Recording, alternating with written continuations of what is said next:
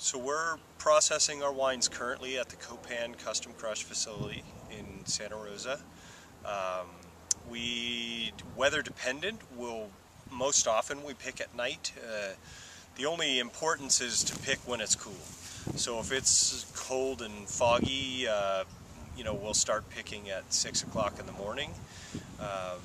Most important thing is to get the fruit to the winery early and then have it be cool. So if it's warm during the day, we will start at midnight and we'll pick all day.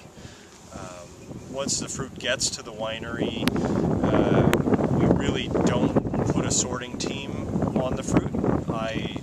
My wife and I will stand at the sorting table just to get any moths or that sort of thing. Our philosophy is sort in the field and don't deliver anything to the winery that shouldn't go. So the two of us will watch it going across the belt, but we're mostly chatting to each other, and we destem most of everything that we produce.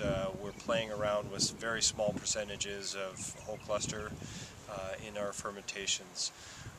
We'll keep that fruit cool for about 5 to 7 days before we let it warm up and start fermenting.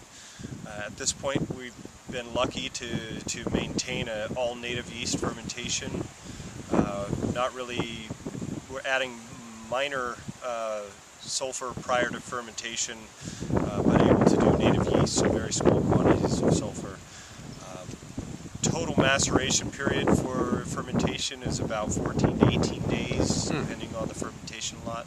18 kind of being a sweet spot, but not really extended post-fermentation macerations. Just trying to keep a slow, cool fermentation, 86 degrees Fahrenheit, kind of high temperature for us.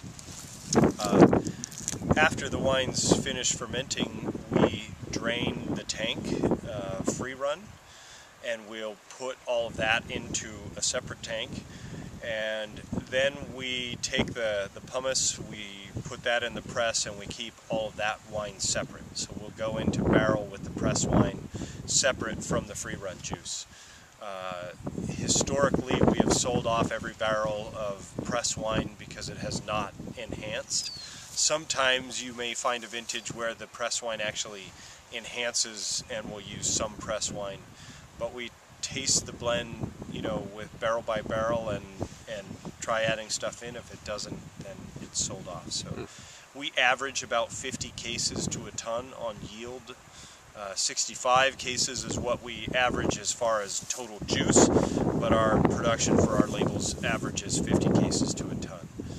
So we're selling off about 15 cases of wine for every ton.